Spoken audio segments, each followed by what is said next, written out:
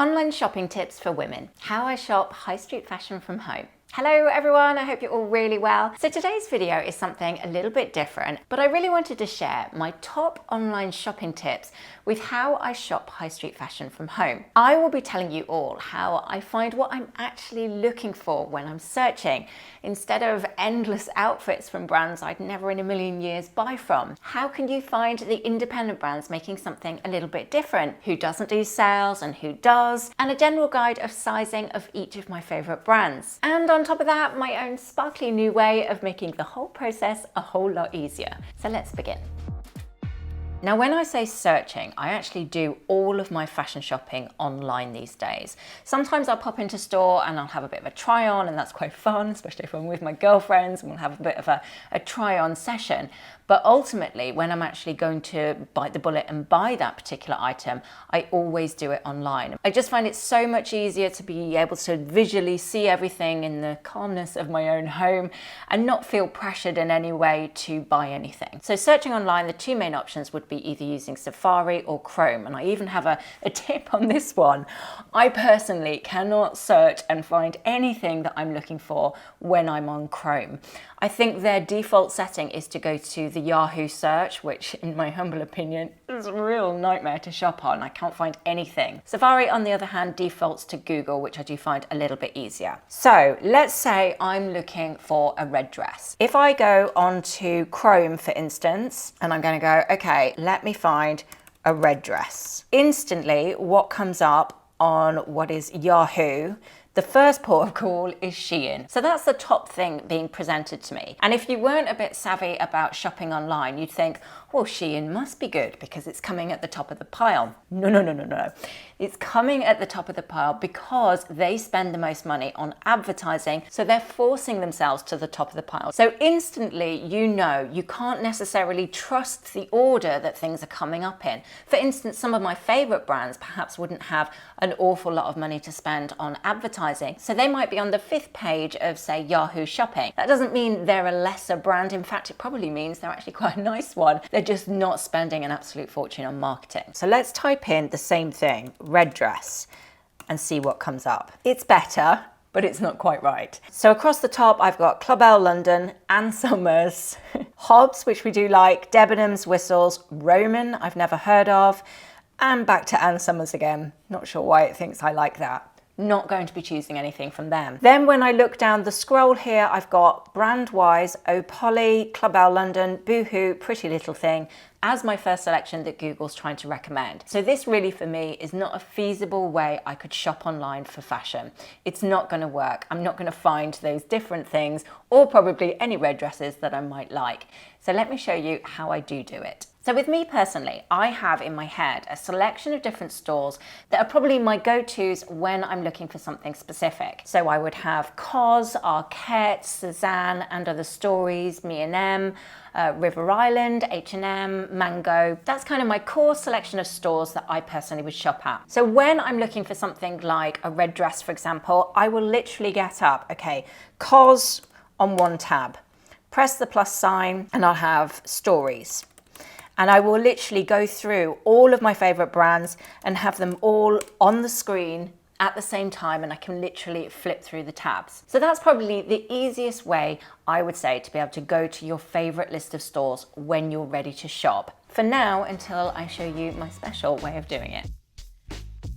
So before I move on to talking about how I actually shop when I'm on my favorite websites, and also a general guide of the different fits from different brands, I wanted to quickly mention a new and hopefully even better way to be able to find those items that you're looking for. So funnily enough, it was actually through sheer frustration of shopping the high street online that has inspired me to revamp my own website. Now when you go through my website, you have the ability to heart something that you actually like, and then you can sign up and create your very own wish list of beautiful pieces. A personal shopping list, if you like, that's always there waiting for you whenever you're ready.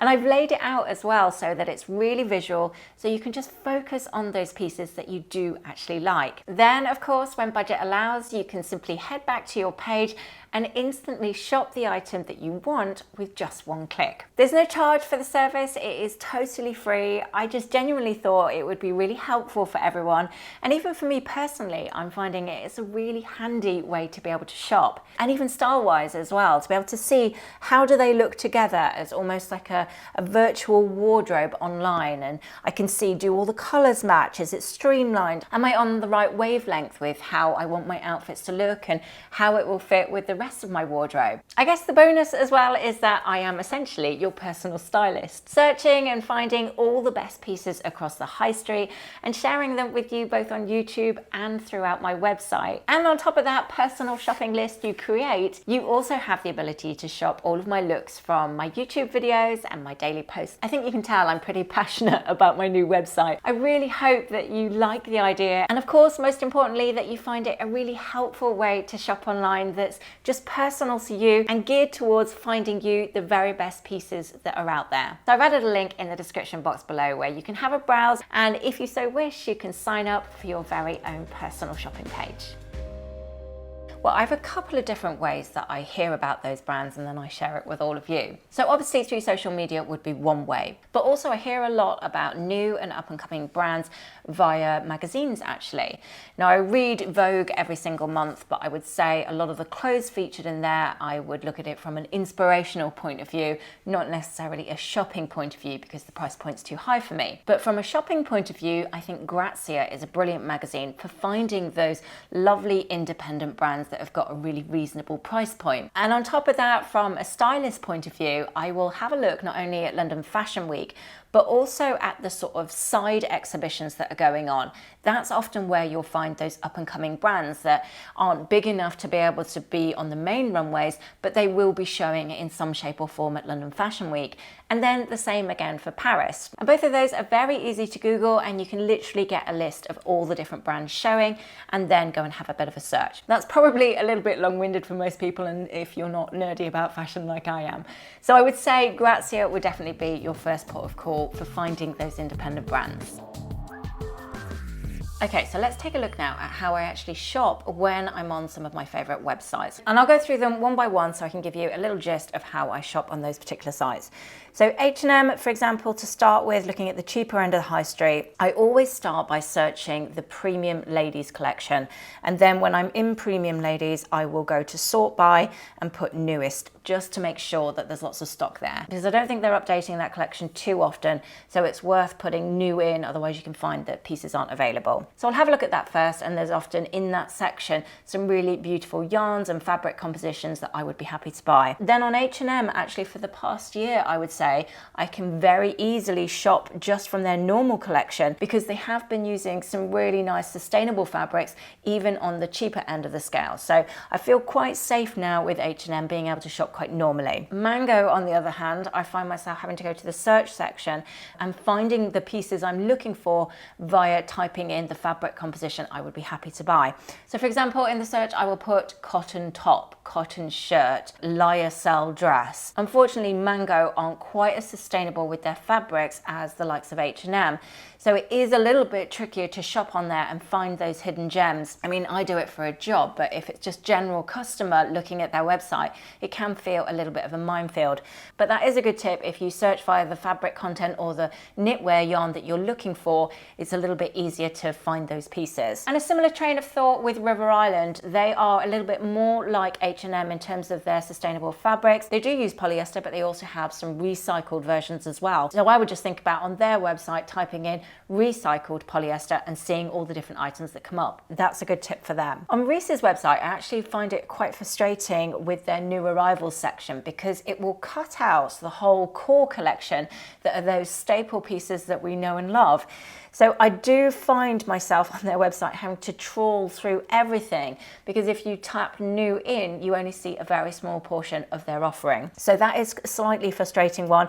But on the flip side of that, you haven't got to worry about fabric composition. They very rarely ever use any polyester or any kind of acrylic fabric. So you can trust that everything you're looking at is really good quality.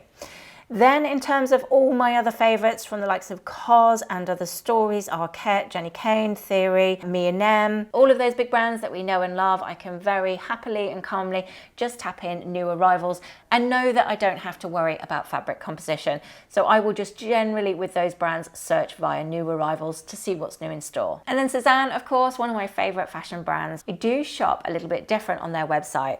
Now, if you've got in your head, say, Mia cardigan, and you know that's the name of the cardigan, and interestingly, they won't always list everything that's available to buy within any particular section. For example, if you look on knitwear, it won't always have a Mia cardigan, and yet if you tap in the search Mia cardigan, you can still buy it. It's kind of hidden on the website. So it's a really good idea to get yourself familiar with Sézane's website, as it is slightly different from some of the other brands. Or indeed, let me do the searching for you and I will bring you all the gems that I found recently on my YouTube channel and on my website. Just a quick mention, if you're not already subscribed and you're enjoying this video and finding it helpful, I would be very grateful if you'd like to do so. I've added a link below where you can do that and be able to watch all my weekly style videos.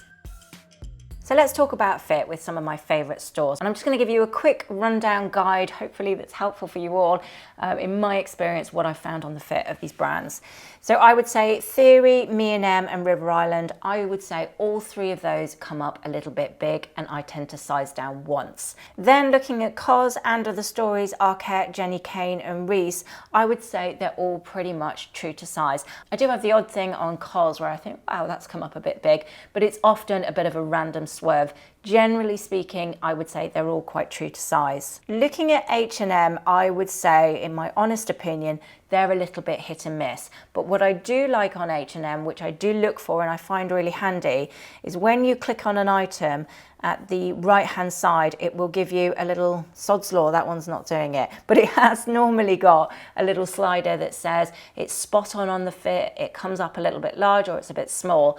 I follow that guide and that's often very accurate. Mango, however, don't have a little guide like that. And again, it is a little bit hit and miss whether it's too big or too small, but generally they're quite true to size with the odd random swerve that just turns up and it's like for a giant or very, very, very long legs. And Sézane, it's worth mentioning again because I know lots of you get confused on their sizing, but in my personal experience, I would say as a whole, I think Sézane are very true to size. I know there's lots of conflicting information out there, but for me personally, and I buy an awful lot of Sézane pieces, I would say they're very true to size. In fact, when I do go for different sizes, it's often from a styling point of view, not because it comes up big or small.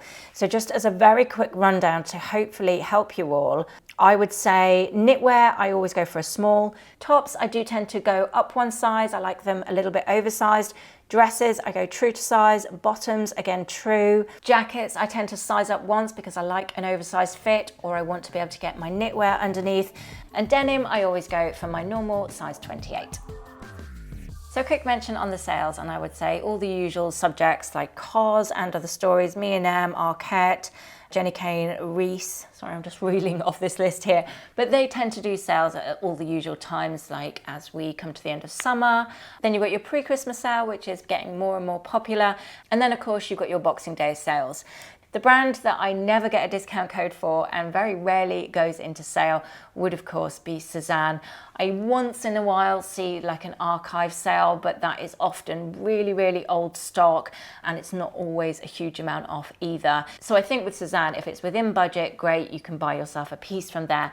If it's not within budget, but you really, really like it and you're holding out for a sale, what might be a better idea would be to take a look at somewhere like Vinted or Vestiaire Collective, who often have a lot of their pieces instead. And actually, not wanting to blow my own trumpet about my website again, but I will be having a special page within that sign-in feature where I'll just grid system list all the different sales that are happening at any given time, so you don't have to keep checking on each individual website. Today has obviously been an awful lot of chit-chat, but the aim was to give you a really comprehensive guide of my online shopping tips and how I shop high street fashion from home. Now, as there's an awful lot of information in there today, you can save this video as a reference to look back on. And as always, I am here as this video goes out, ready to chit chat in the comment section with all of you and answer any questions that you might have. And of course, on top of that, if you have equally found shopping online for fashion quite difficult and clunky and just generally really frustrating as I have. Hopefully my new website with that sign-in personal shopping feature will make your life easier too. Thank you so much for watching. Have a wonderful week, and I will be back in a couple of days with lots more outfit ideas and inspiration as we continue with our very stylish 2024.